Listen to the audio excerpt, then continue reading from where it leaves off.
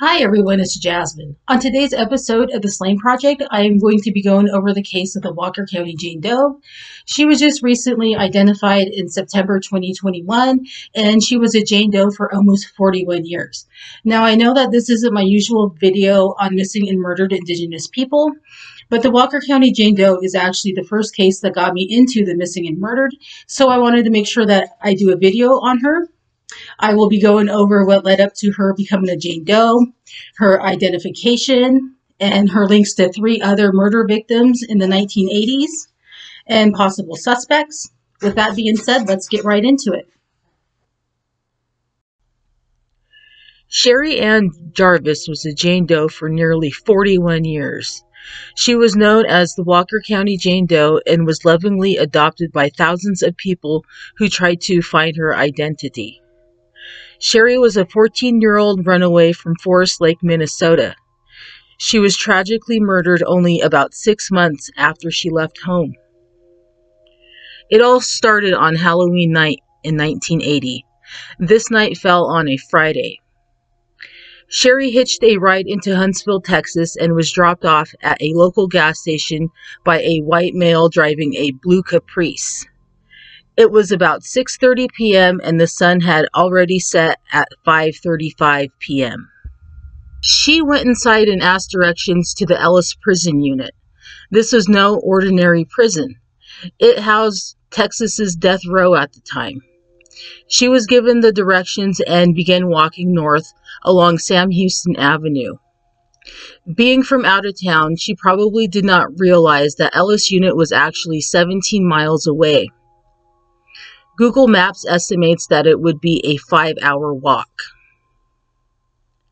Sherri got lost and ended up at the Hitch and Post truck stop, 5 miles away from the gas station, along I-45 on the way out of Huntsville.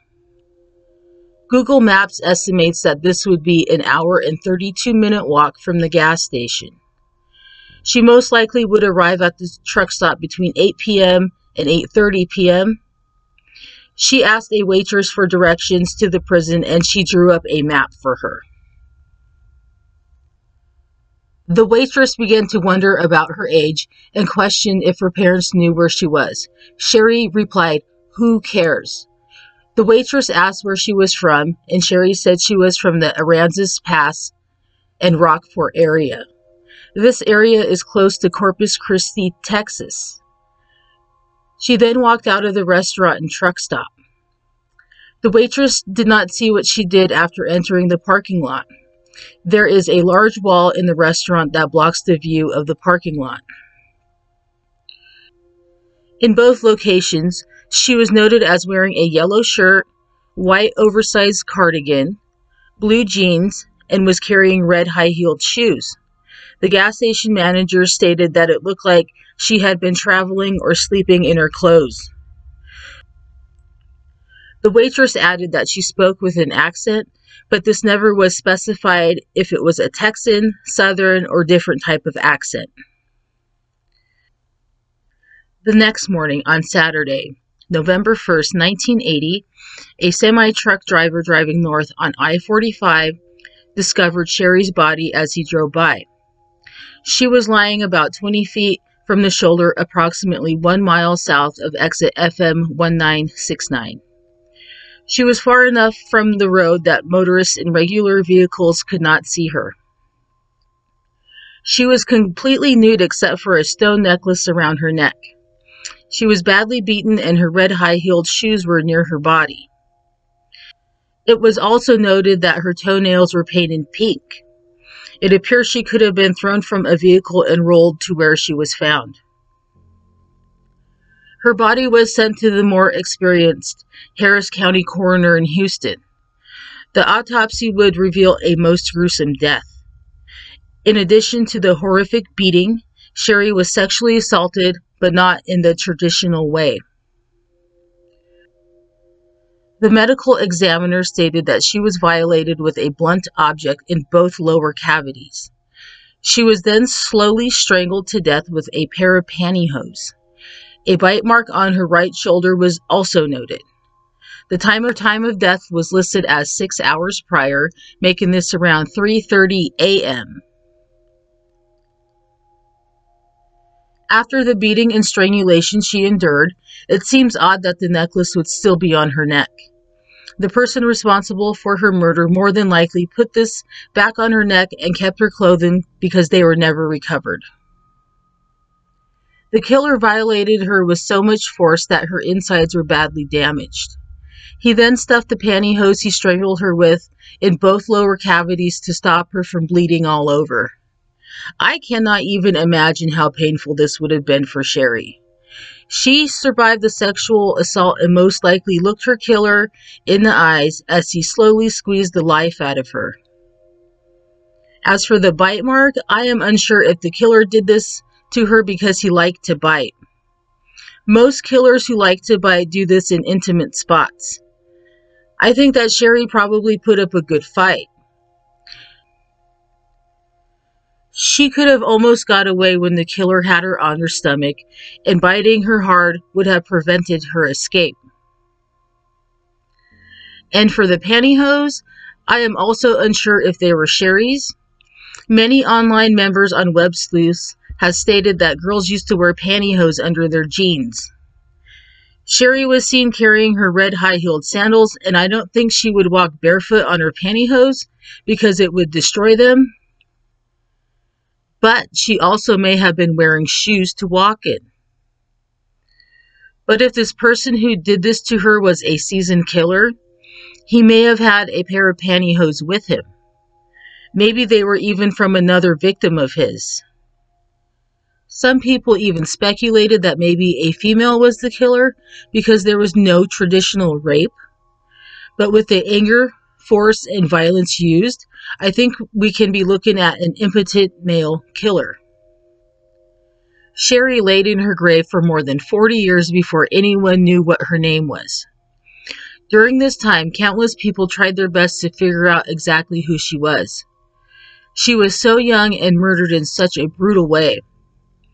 Someone had to be missing her somewhere.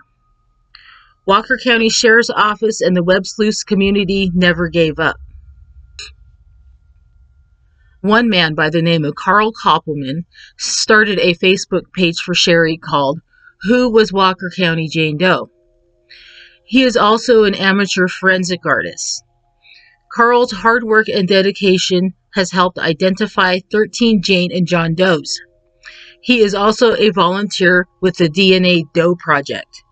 He has probably spent thousands of hours researching this case. He has completed many facial reconstructions of Walker County Jane Doe and collected numerous tips.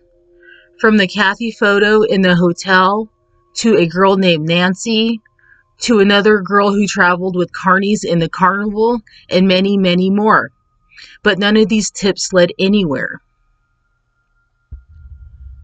But it would be DNA genealogy that solved the mystery of the Walker County Jane Doe.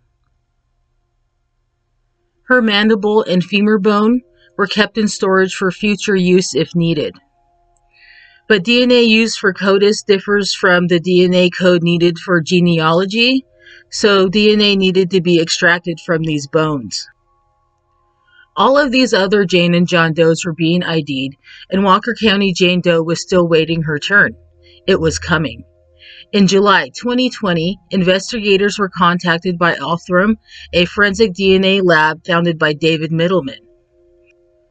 Othram has been a major player in breakthrough technology used to identify the unidentified.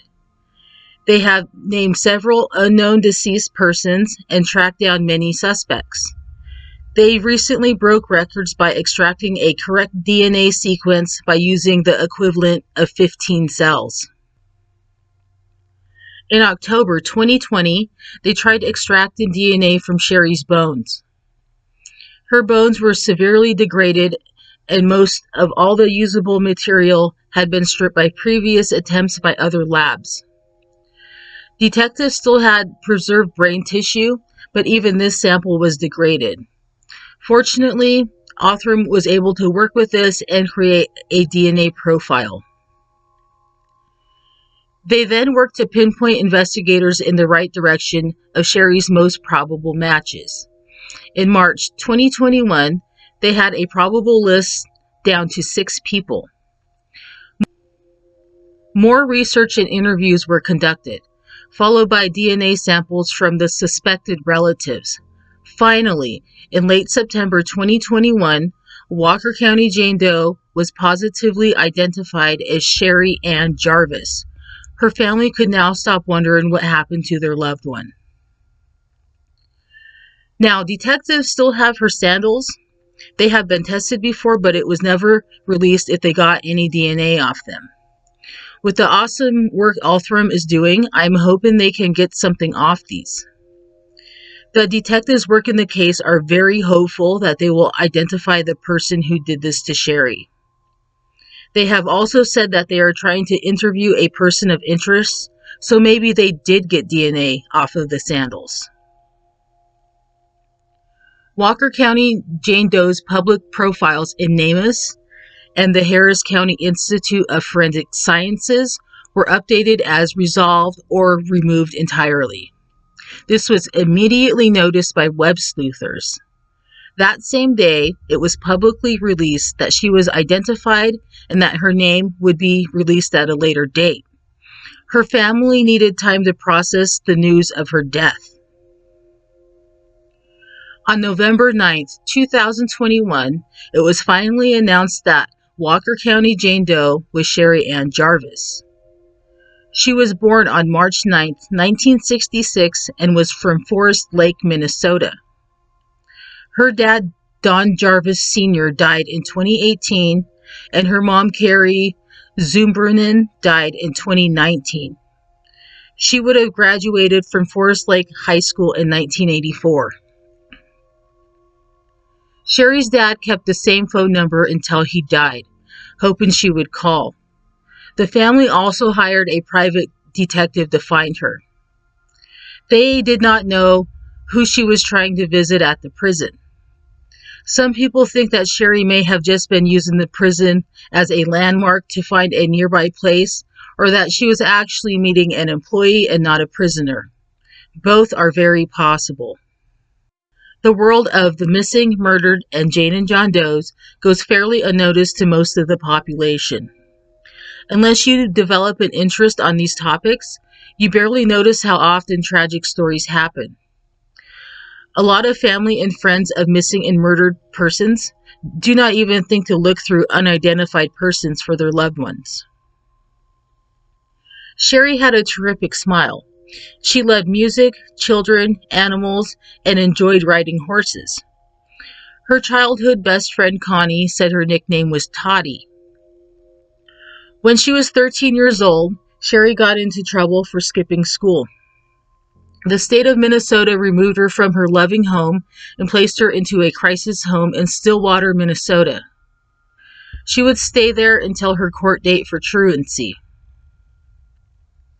Sherri would run away from the courthouse in Stillwater when it was time for her hearing. Sherri did not want to be in foster care and would rather be out on her own instead of going back or going into juvenile detention.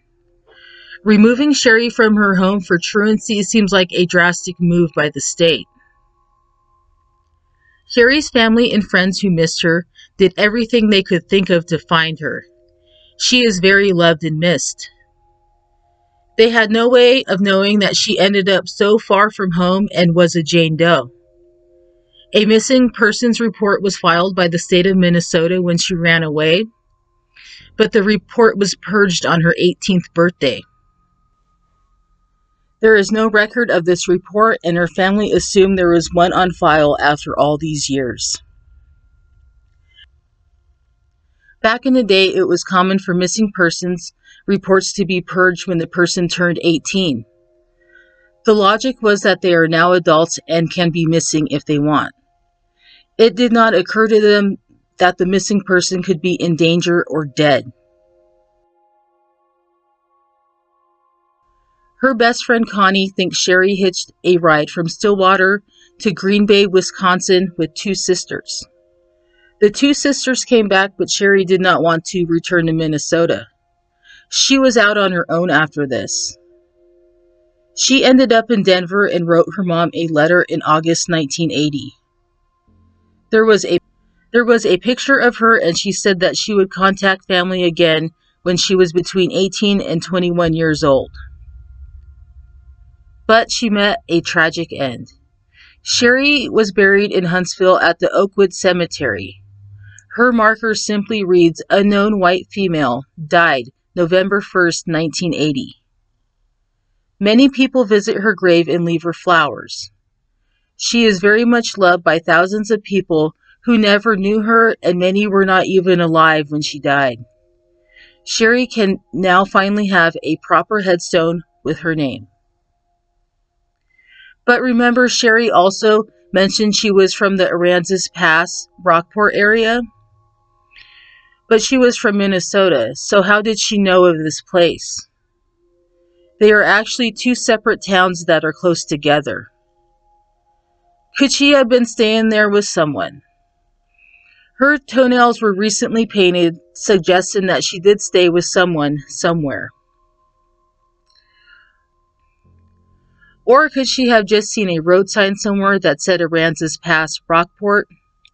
She was a runaway and feared going back to Minnesota to be locked up and put in foster care. She obviously did not want to say where she was really from. And who could she have known in Denver? The picture sent to her family shows her in a bar-type setting. You can see a sign for Ham's Beer in the background. Someone had to have taken her picture there with a camera. Sherri was a free spirit and drifter and seemed to hitchhike everywhere she needed to go. She could have met new friends along the way who would have given her a place to sleep and eat. Someone out there knows about her time while she was out on her own.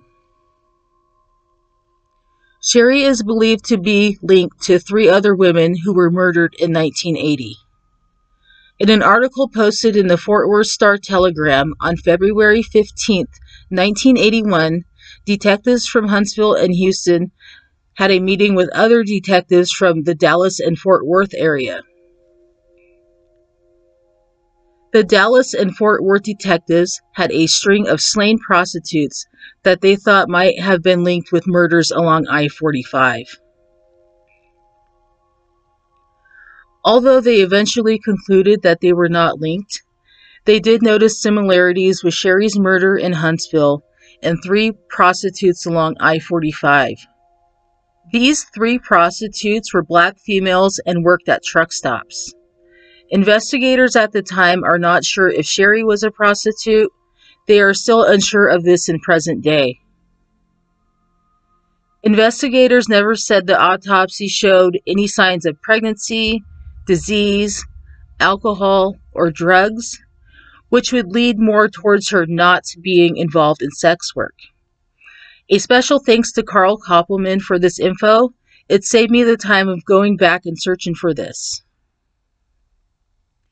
If she were also a victim of this unknown killer who favored black prostitutes, she may have found herself in his orbit and was too easy of a target to pass up.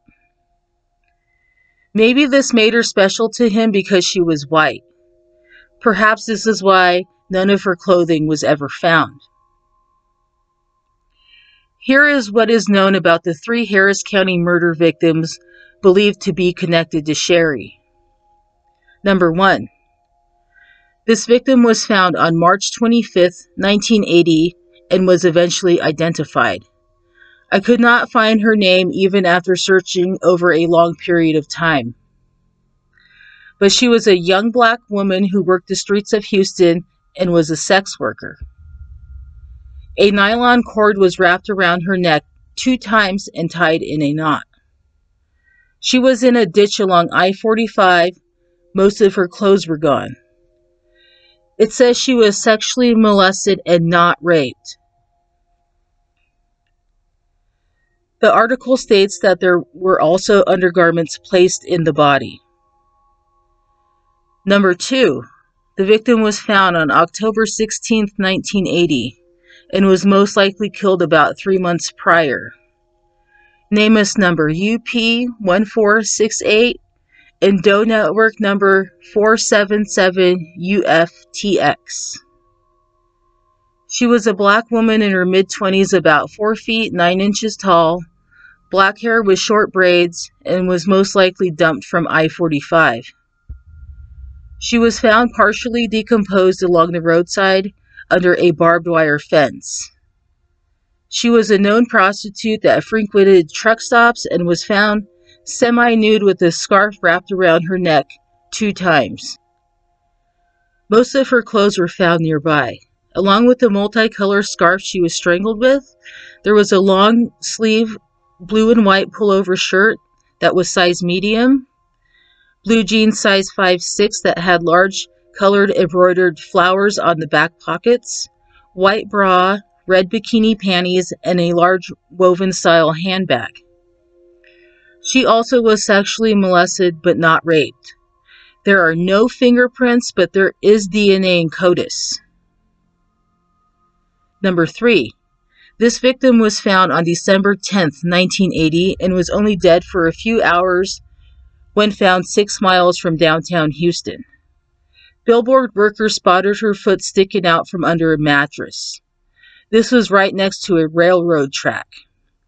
NamUs number UP4625 and Doe Network number 1540UFTX. She was also a black woman found nude and strangled. She also was sexually molested but not raped, and was also a known prostitute that worked local truck stops. She was aged 16 through 26 years old, 5 feet 2 inches tall, and about 135 pounds. She had black hair in pigtails and cornrows. A pink pantsuit with a vest was located at the scene. There were also 4 bracelets, 2 necklaces, and 1 pendant shaped like a dog tag. There were scars on her wrists and residual red or pink nail polish on her fingers. She was thought to be a chronic nail biter. Her left incisor tooth was chipped. Dentals, fingerprints, and DNA are listed as unknown. Some people suspect Henry Lee Lucas for the killing of Sherri Jarvis because he was a known biter, but he was known to confess to any murder under the sun. I wouldn't put much into this theory. Another candidate that comes up often is Robert Ben Rhodes, aka the truck stop killer. Some will argue that his MO of kidnapping, tying up, torturing, and the cutting of hair does not fit the murder of Sherri. But as he was a developing serial killer, he could have killed in different ways. Most serial killers do not perfect their MO until they are well seasoned. He also was known to carry a variety of sex toys in his semi-truck. Samuel Little is another name that comes up. Now, this guy was all over the place, and I have no idea if he was in the area in 1980. He also favored transient type of people, and a lot of his victims were sex workers. One thing I strongly believe is that the person who did this was a truck driver. The 3 murdered black women frequently worked out of truck stops, and Sherri was last seen alive at one. She could have been very tired the night she showed up at the hitching post and was looking for a place to lay her head. There is also about a 6-hour gap between when she was last seen leaving the truck stop and when authorities believe she was killed. The cab of a semi-truck would be the most logical place for this crime to occur. If anybody did hear Sherri screaming, they probably would have just minded their own business. What a horrific death for a beautiful young girl. May you rest in peace, Sherri. If you have any information about the murder of Sherri Jarvis or remember her in 1980, please contact the Walker County Sheriff's Office at 936-436-4900. And that's it for today's video. If you enjoyed it, please give it a thumbs up, and I'm so happy that Sherri got her name back. You could go to dnasolves.com to learn how you could contribute and help more cases like this. I will see you in the next video.